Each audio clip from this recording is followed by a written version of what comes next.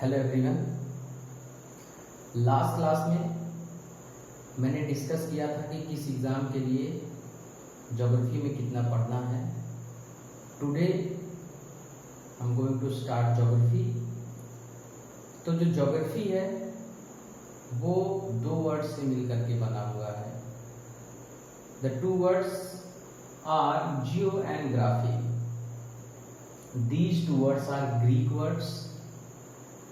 Geo is earth and graphy is to write about something. So geography literally means to write about the earth. पृथ्वी के बारे में लिखना, जो इसकी साहित्यिक भाषा में व्याख्या है वो है भूगोल का मतलब पृथ्वी के बारे में लिखना। कोई भी विषय जब एज ए डिसिप्लिन डेवलप होता है तो उस विषय में बहुत सारे विचारक, थिंकर्स, स्कूल्स डेवलप होते हैं जो उस सब्जेक्ट के सब्जेक्ट मैटर को और वास्ट बनाते हैं और बड़ा बनाते हैं और उसको एज ए डिसिप्लिन डेवलप करते हैं।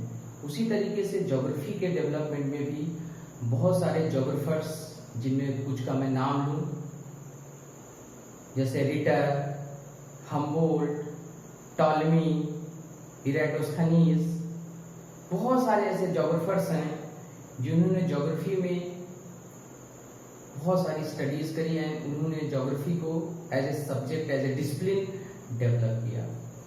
तो ज्योग्राफी की जो शुरुआत होती है वो जहां तक मैंने पढ़ा है, ग्रीक जो थे उन्होंने बहुत सारी स्टडीज की ज्योग्राफी में और वहीं से ही जो है ग्रीस से ही ज्योग्राफी एक विषय के रूप में विकसित होना शुरू हुआ। तो मैंने यहाँ पे लिखा है फादर ऑफ ज्योग्राफी। इसमें जो फादर ऑफ ज्योग्राफी हैं वो हैं इराटोस्थनीज। यहाँ पर मैंने दो नाम लिखे हुए हैं, हिकैटियस एंड इराटोस्थनीज। जनरली जब एग्जाम में क्वेश्चन पूछा जाता है कि who is father of geography, तो इसमें बहुत सारे लोग कंफ्यूज होते हैं कि हिकैटियस या इराटोस्थनीज। हिकैटियस जो थे उन्होंने एक किताब लिखी, he wrote a book and the name of that book was गेस पीरियोडोस। In that book, he wrote about Africa, he wrote about Asia, and from that book, geography started to develop as a discipline.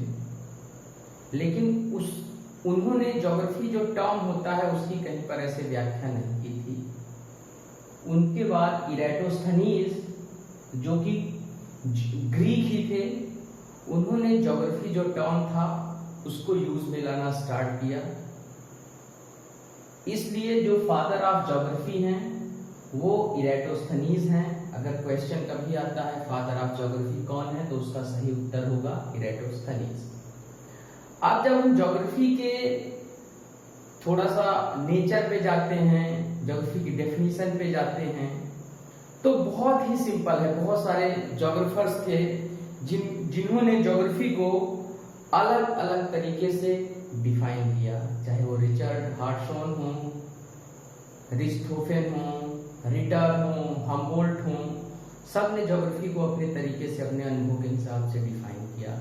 But हम simple भाषा में, एकदम साधारण भाषा में बोले तो ज्योग्राफी जो है वो जो अर्थ है उसके सरफेस फीचर्स की स्टडी करता है। किसके संबंध में? Spatial and temporal. Means geography studies surface features of the earth in spatial and temporal context. समय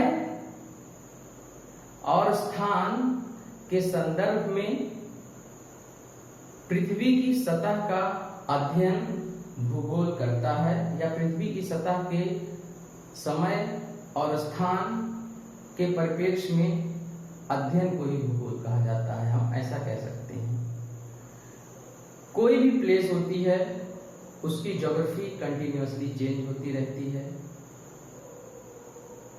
जैसे जहां पर कभी अरावली पर्वत थे, धीरे धीरे धीरे धीरे उनकी हाइट डिक्लाइन होती गई है। हो सकता है आने वाले समय में वहां पर बहुत अच्छे मैदानों का विकास हो जाए। तो जो वहां की फिजियोग्राफी है, जो भू आकृति है, वो लगातार बदल रही है। उस समय कुछ और था और टाइम के साथ along with the time geography change होती गई। तो ज्योग्राफी इसी चीज की स्टडी करती है, और जो स्टडी करती है खाली स्टडी नहीं करती है, एक सिस्टमैटिक स्टडी करती है, एक तरीके से स्टडी करती है, अध्ययन करती है। तो ज्योग्राफी एक सिस्टमैटिक स्टडी करती है। ज्योग्राफी बहुत ही इंटरडिसिप्लिनरी है नेचर में।